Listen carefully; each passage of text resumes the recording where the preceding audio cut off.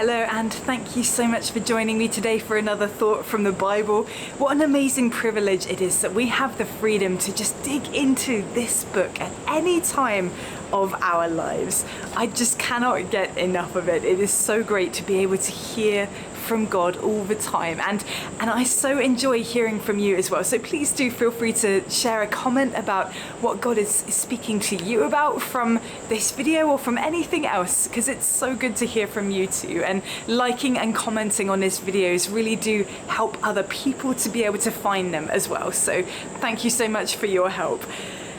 You know, I just love reading through stories in the Old Testament. There are so many great examples of God doing extraordinary things through the lives of completely ordinary people. Take Hezekiah, for example. Now, this man was a king of the nation of Judah, and as kings of Judah go, he wasn't a bad one at all. He was actually pretty good. He made reforms. He brought people back to worshipping the Lord. He restored the temple of God, and he stood against an invasion by the kingdom of Assyria, seeing God come through for the people of Judah in an absolutely miraculous way in what seemed to be an utterly hopeless situation, in what seemed to be the very end of the nation of Judah.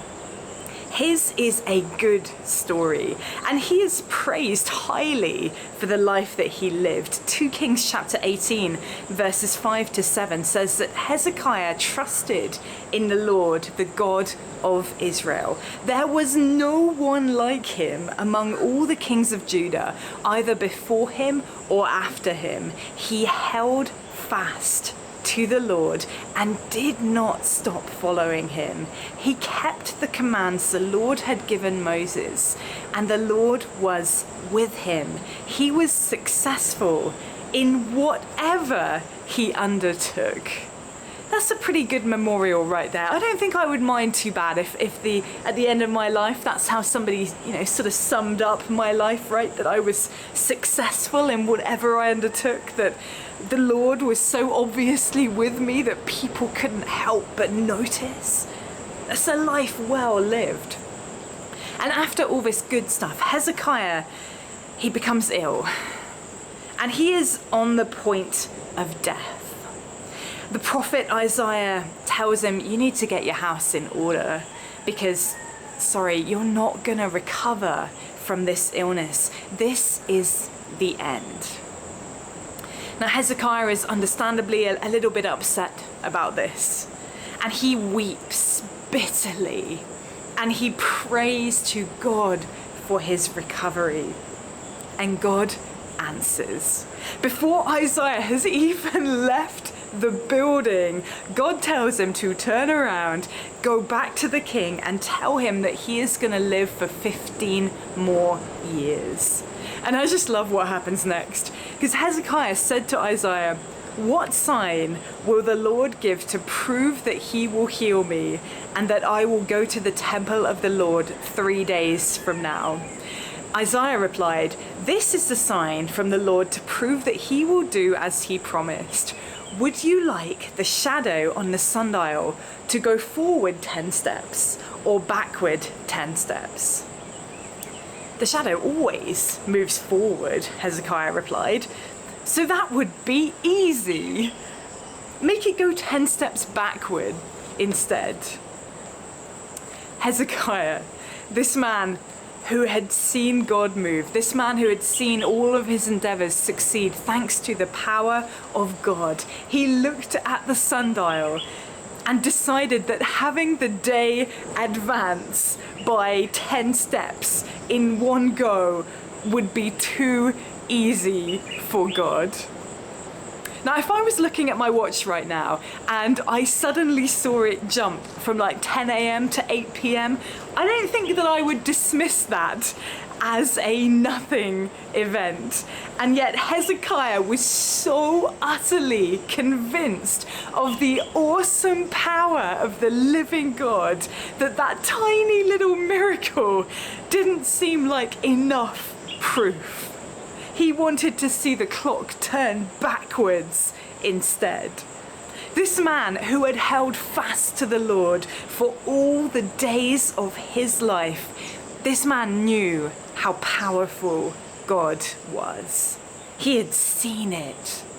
And he could consider something like time jumping forward and laugh and say that is not even difficult for God. That is easy. Let's give him a challenge, shall we? Now, I'm not saying that we should test God and demand miraculous signs to know what's going to happen in our futures. But I do think that there is something really amazing for us to grasp today in this story. See, are we really, truly convinced that God is powerful? Are we really, truly convinced that he can do anything? Or do we sometimes look at things that are going on and think, well, I'm not really sure. You know, I do believe that God is powerful, but like, have you seen what's going on here? And this has been going on for years. So clearly God can't do anything about it, right? Or doesn't want to, or I don't know, but you know, God's not working in this, right? It's easy to think along those lines. It's easy to put our human perspective onto God, our human limitations onto God, and say there must be some line, right? You know, God can move up to this point, but after that, well, you know, I'm not sure about that. But that's not how Hezekiah thought. He recognized the awesome power of God in his life, and he was so expectant to see that power move that he could say, this is too easy for God. I wonder if we are so expectant for God to move in amazing ways in our lives. I wonder if we're expectant for God to move in a situation so that we can, just like Hezekiah, say, this is not even difficult for him. This would be easy. Why is it that we're so surprised when we see the miraculous? Why do we dismiss things as amazing coincidences when everything just seems to line up just so that the outcome works out just right for us?